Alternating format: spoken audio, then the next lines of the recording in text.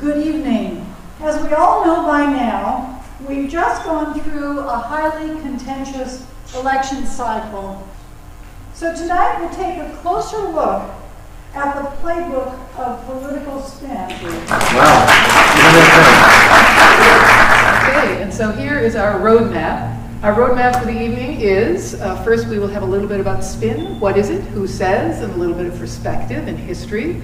You know what? We're all in luck because I looked up spin doctor on the internet, and here's what it says.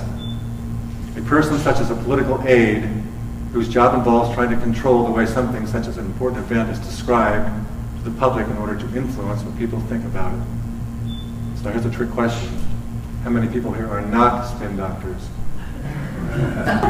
But just in case the internet isn't the final arbiter, we went and asked some experts.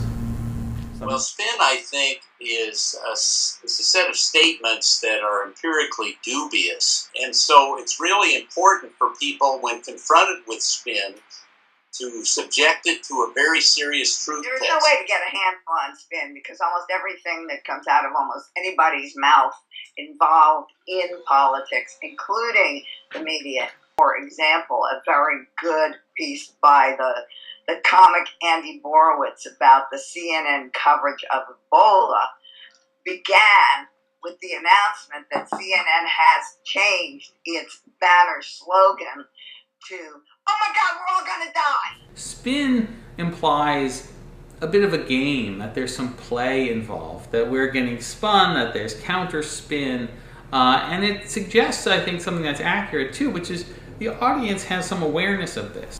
Some suggest that while politicians have always spun to a certain degree, the rise of 20th century mass media has accelerated it. So now I'm going to tell you about this guy, Edward Bernays. He had been working with the Woodrow Wilson administration's Office of Public Information during World War I, trying to promote the idea that entering the war was trying to make the world safe for democracy. When the war was over, he wanted to see how the same campaign model could be used to push the same idea during peacetime. He felt like the word propaganda had been given a bad name by the Germans in World War I, so he came up with a much more benign and slippery word, public relations. So here's what you need to know about Bernays. He became an advisor for several presidents, from Coolidge to Eisenhower. Life magazine called him one of the 100 most influential people of the 20th century. He was the first to use psychology and lots of background research in trying to get large numbers of people to think and behave differently. So I'm going to tell you about 4 campaigns he worked on to give you an idea of what he was about. Women and cigarettes. Bernays helped the smoking industry overcome one of the biggest social taboos of the time, women smoking in public. Women were only allowed to smoke in designated areas or not at all. Anyone caught violating the rule was arrested. Bernays came up with a great idea of staging the 1929 Easter Parade in New York City by hiring sexy models to hold lit Lucky Strike cigarettes, calling them torches of freedom. That got the foot in the door for women, and the rest is history. He conducted a survey of physicians and reported their recommendation that people eat heavy breakfasts. He sent the results of the survey to 5,000 physicians, along with publicity touting bacon and eggs as the answer. So this brings us back to something we have to remember, which is that America has changed, and so has media and culture, and what people expect and want from media. Some of you might remember the recent PBS series on the Roosevelts. What really stuck out to us about how times have changed dramatically are these comments. His press secretary, Steve Early, turned away all reporters' questions about the president's disability. It's not a story, he'd say. When guests filed into the formal dining room at the White House, they found the president already seated at the head of the table. No one was to see him being wheeled down the hall. But the thing that's different from our time is that the press cooperated. And people bought it in the 30s and 40s. They bought it. They thought it was intrusive on the whole. I don't think anyone as afflicted as he was could ever be elected to national office today. I think it would be impossible, which is sad. Did you hear him say the press cooperated? That people bought it in the 30s and 40s? How many people think the press would cooperate today like that? So crafting the message was the thing. And now we want to say that the media's role in doing that has also evolved. One analyst once divided the periods of the role of the media into three. Up until and through JFK, the media were lapdogs. As Vietnam and Watergate inserted themselves into the culture, the media acted like attack dog. With Gary Hart and Monkey Business and his dalliance with Donna Rice and what the media did then, and the fact that at that point in time, the tabloids were beginning to drive the media agenda. The media has been called a junkyard dog. I think that tells it all. Not allowing politicians to wriggle out of uncomfortable situations, uncomfortable discussions. Uncomfortable situations. How many people here have ever seen a politician in an uncomfortable situation? Well, we put together a short collage to remind you of some of the biggies. Well, I'm not a crook. Read my lips. No new taxes. But I want to say one thing to the American people. I want you to listen to me. I'm going to say this again.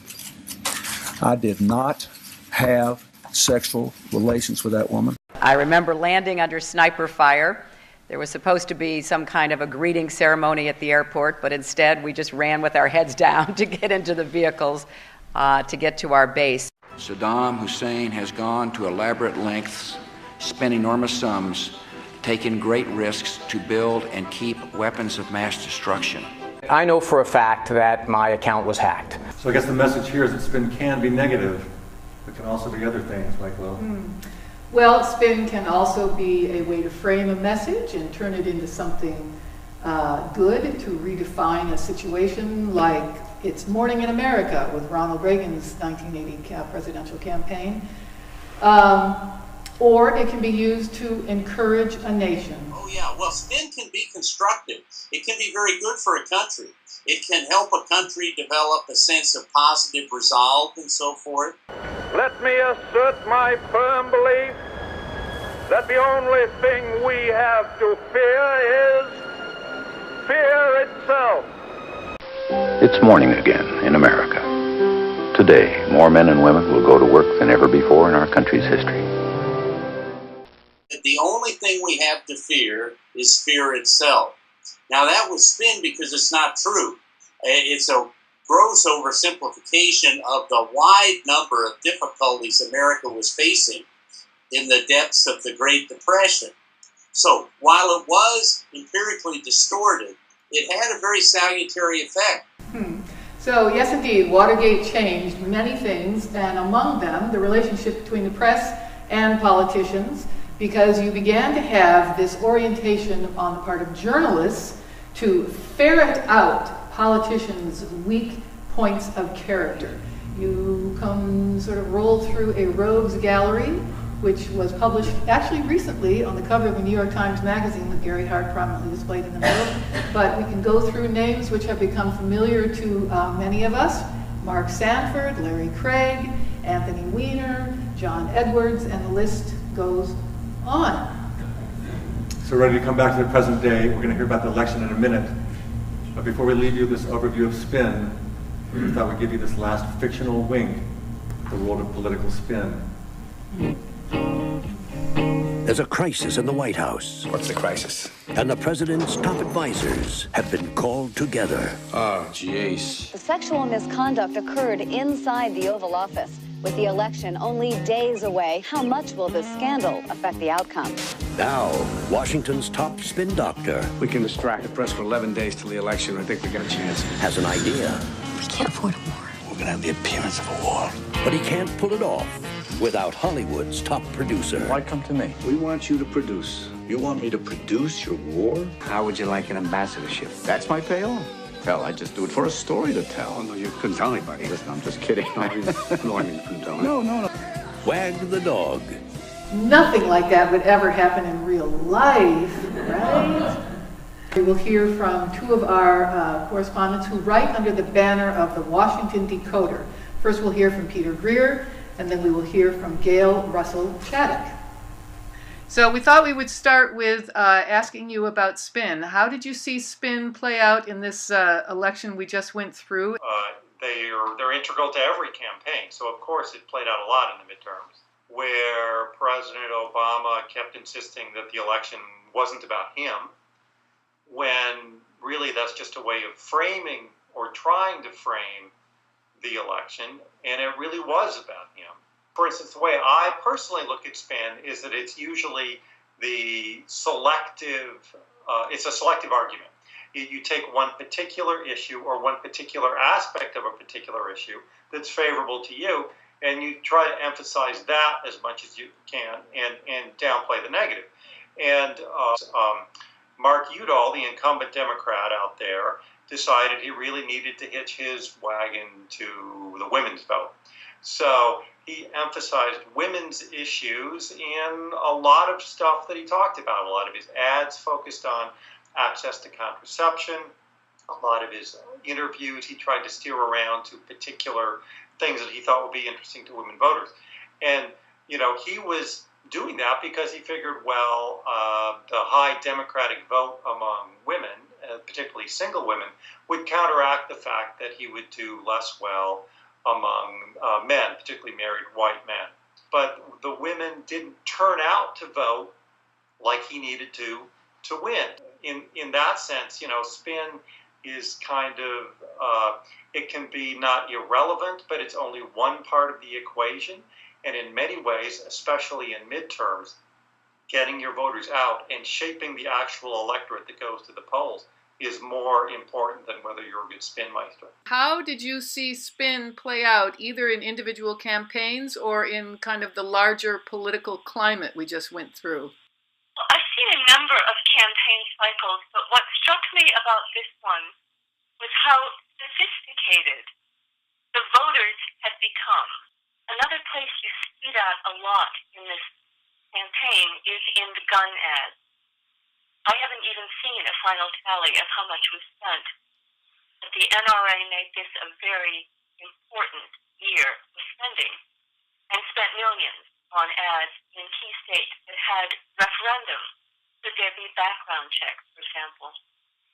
But for the first time, there was a considerable amount of money available to counter that spin. Michael Bloomberg committed $50 million running up against the NRA this cycle. Gabby Giffords, the congresswoman from Arizona, who was grievously wounded in a mass shooting and came back to really make her life work focused on this issue, also has collected millions of dollars that were devoted to this campaign. As a result, you have dueling ads that are both excellent examples of spin. In the ad for the NRA, you usually saw a scene like a woman alone at night to the dark music. And the response from the pro-gun control people also has this sort of dark music in the background as it intones that candidate X or Y somehow doesn't favor a background check that would be useful. It doesn't come right out and say what the consequence will be. It doesn't show you a mass shooting, for example. But you don't need to do that. There's been a number of them, and people know what that means. And were they defeated? Which way did these referenda go? Actually, the referendum went strongly in favor of gun control. Why do you think they've become more sophisticated, and what do you think people watching this tonight can take away about spin? There was one very interesting press event that Senator Udall gave, and he started segueing into some of his lines about women's rights, reproductive rights, how you should be afraid, very afraid. And members of the audience yelled out, that is not the only issue in this campaign. What are you doing? You're more than that. You have other issues. And that kind of protest became in itself a teachable moment. For all the years we've gone through talking about spin, complaining about spin, it seems to have exhausted itself. We may be in a time of spin fatigue. And it's as you say, it's an interesting It's an interesting subject to be taking up and to wonder, well, what comes next? But when you look down the list of the winners in this election, they had a different style. Some of the most notable, we've talked about the Cory Gardner being Exhibit A. He just came across as someone who listened to others, had a sense of humor about how quick his party was to dismiss other thought. And, it may be setting up a new model for how candidacy. It's been so etched in the deep political operatives that they have to make people afraid or it won't work for such a long time that it may be hard to get off it. But when you have the kind of outcome you did in this election, where some of the best professional thinking about how to spin subjects for people who are supposed to win their elections fairly easily, I think it's at moments like that that sometimes people rethink where they are on these issues. So we are now going to turn the corner to our workshop. Okay, first we are going to hear an admonition from our professor. Well, I think spin sniffing first has to pay attention to the orientation of the person who's receiving the spin. Is that person sympathetic with the spinner? Okay, so next we are going to hear a clip that you are going to turn your newly tuned up critical faculties upon and sniff your way through and see what you come up with. Why is Bill Clinton campaigning in competitive Senate races and the president not?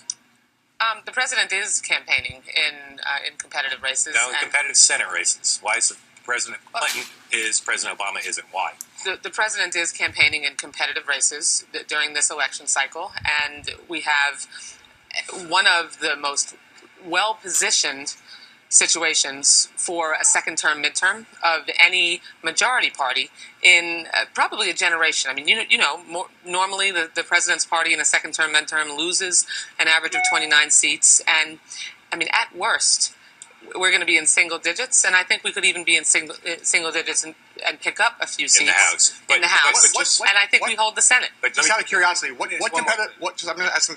competitive Senate races is the president campaigning in? Like I said, the president has been campaigning in competitive races. But what competitive Senate race is the president campaigning in? Is there one? There are races that the president is campaigning in around the country, and he's also governing. Okay, and what we're going to do for the next 10 minutes is you guys are going to share your sniffs. Share what you have detected in this clip.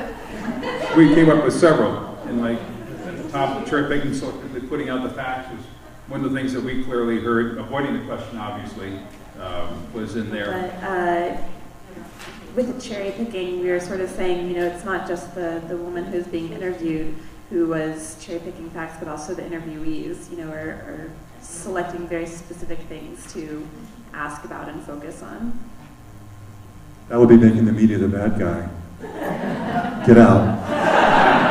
A British friend here said that she was thrown to the wolves. What about you, British guy?